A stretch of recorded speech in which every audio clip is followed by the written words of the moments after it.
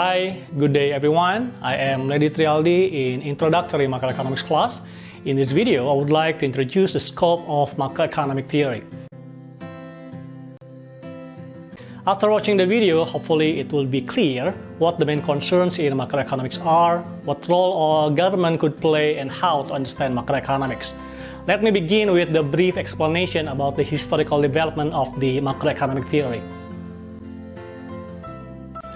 Before 1930s, there was almost no talk about macroeconomics. Classical economists, as the most prominent economists at the time, applied macroeconomic models or market clearing models to deal with economy-wide problems. They thought that the economy would always be in full employment condition and that any problem in the economy would be automatically resolved through market mechanism. Therefore, the role of government was limited only to make sure that markets work well and government budget is in balance.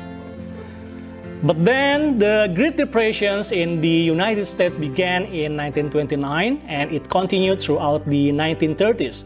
Majority of people in the United States economy were suffering at the time. They were losing jobs and mostly unable to get a new one. The standard of living was getting lower and lower. From the event, it was found that the aggregate economic situation could significantly affect individuals, households, or industry as a whole. The three economic indicators that portrayed the general performance of the economy, namely economic growth, unemployment rate, and inflation rate, had become increasingly important in economic discussion. Look at the diagram here. It was no coincidence that when most U.S. citizens were suffering in the 1930s, the U.S. economic growth rates were negative for 4 consecutive years, and the level of output just returned to its 1929 level in 1937, or 8 years after the crisis first started.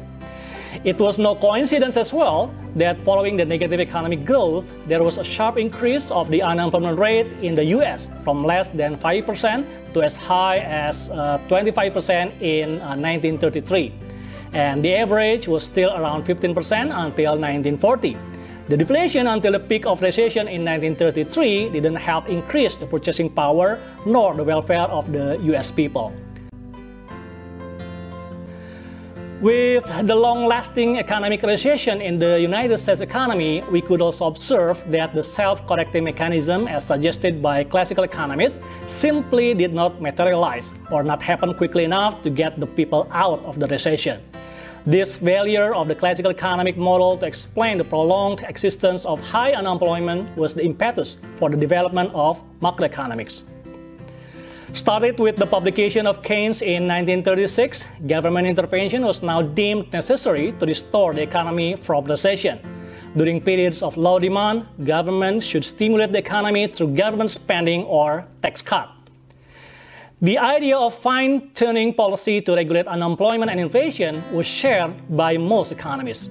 Paul Samuelson mentioned a consensus on macroeconomic views in the mid-1950s, which he called neoclassical synthesis.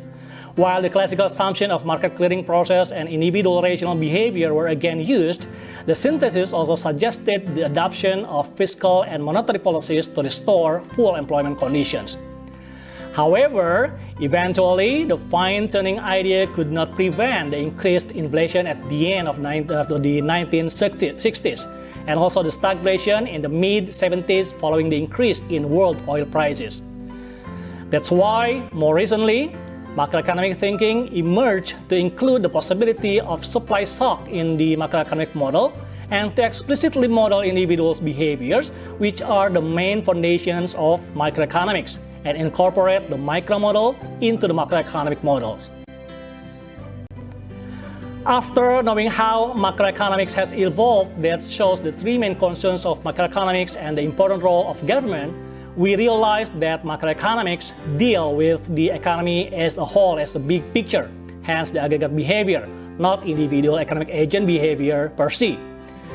With the aggregate perspective in macroeconomics, the circular flow of the economy is important to help understand how an economy works. Suppose there are only two parties involved, households and firms, who basically interact each other in output market and input market. Households provide production input for firms, whereas firms then use the input to generate output, the goods and services for households. In terms of payment, we can also observe the circular flow of money. Since an expenditure for one party is always an income for the other party, we have this important identity equation in macroeconomics. Expenditure is always equal to income. Of course, we can have the more complex circular flow. It doesn't only involve household and firms, but also other economic agents such as government, financial institutions, and even foreign parties like this. But the essence is the same. We again observe the circular flow of money, the circular flow of input and output, and also the main markets within which all the transactions are taking place. Then we can at least identify the three main markets in macroeconomics: the output market, the input market, and the financial market. When the economy is open, we also take into account these markets in a more global perspective. As we know, market is always about demand and supply. So even in macroeconomic context, this fundamental market analysis is still important. The difference, of course, in macroeconomics, we are dealing more with the so-called aggregate demand and supply instead of the ordinary demand and supply. Later, we will also discuss, just like in microeconomics, the factors affecting the slope of AD and S curves, the factors causing the shift of the curves, the interaction between AD and S, and the market equilibrium. The last but not the least, understanding macroeconomics needs to know about the economic business cycle. Just like life that has an up and down, an economy also has the rise and fall. Economic business cycle is the rise and fall of the aggregate output that normally happens in every economy with or without government intervention. At the end of every recession or contraction period, there will come a recovery or expansion period. On the other hand, once an economy has reached its peak at a certain period, it will eventually experience a downturn. Note that the duration of each period is not the same, nor is it the same between different economies. There are times when a recession gets so deep and long that it becomes a depression, or an expansion period that lasts longer than the recession period. So that is all. By learning macroeconomics, we could understand the three main indicators as I mentioned before: what behind the business cycle, what happened to the aggregate demand and supply, or the three markets during each period of the cycle, and what the government and the whole economic agents can do in an economy. Now you can try to identify macroeconomic phenomena around you that may affect you or other people, and then prepare to learn macroeconomics further. Thank you for your attention. See you again in other videos with different basic macroeconomics topics.